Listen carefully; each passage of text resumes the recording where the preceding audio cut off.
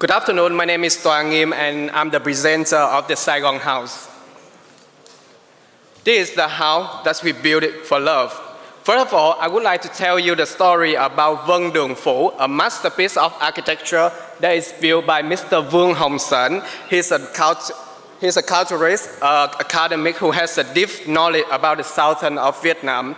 Moreover, he's also a famous collector of the antiques and the author of many books in Saigon.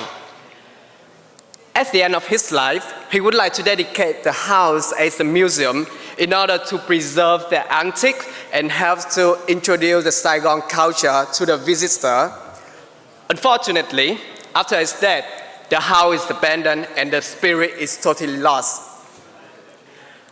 I feel that although successful and respected in his whole life, he failed in passing his love to his family, to his children. Therefore, they grow up, but they do not respect their childhood. And the Saigon house is the house located in a small alley at the center of the city. The owner is the one who loves the city, and she doesn't want to live in a Western-like house, which has become more popular in our city.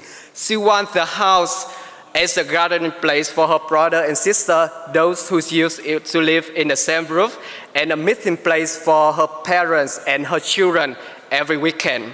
Moreover, inspired by the story of the Vân Đường Phủ, she wants the house as the place where she can share her memory about the furniture, about the stuff that she collected to the house, to the kids, so that when they grow up, she hopes that it's gonna know how to cherish the house.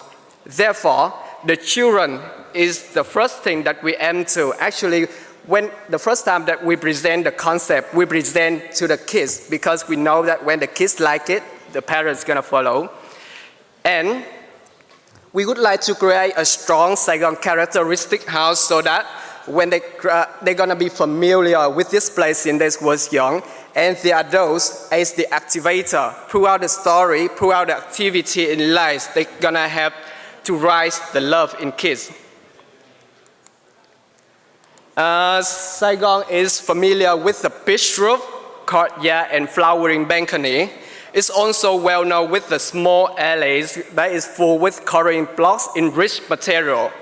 This is not only the community place, but also a playground for the kids. It is acoustic, but very deep in culture. However, it's now being faded away. And the Saigon house is also appeared with the coloring blocks that is floating on the common area. And all of these spaces are covered by old steel frames, which is later grown by plants.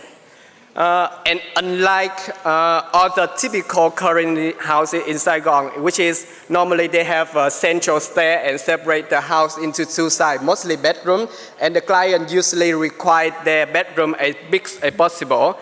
The space in this house is small enough for them to do their private activities. Otherwise, they're gonna get interested by the noise, the image from outside, and all of these things help them to get out and connect to others. And the common areas, this common area is working as an alley with a pitched roof, tree, table, and chair. This is the place for the member of the family interacting, connecting to each other. This is also a place for them to experience the changing of the weather, the changing from day to night, from rainy to sunny during the years. This is very rare in the modern society, Saigon society, which is lack of community, lack of nature, and lack of love. Moreover, the house is also taken shape from the furniture that we collected, both by the architect and the owners, and mostly coming from the old demolished house in Saigon.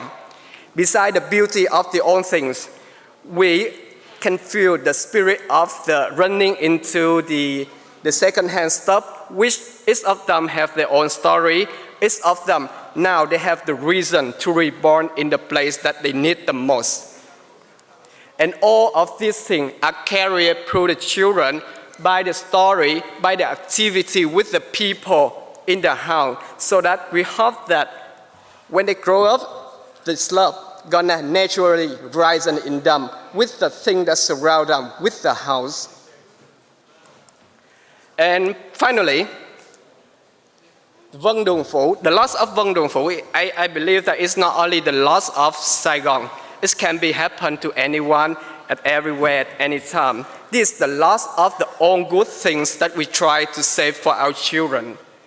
And as a designer, we would like to use our architecture, the house in this case, so that together with opening to the new ideas, the old things that can be maintained both in material and spirit value by the understanding, by the love of the one who live in it.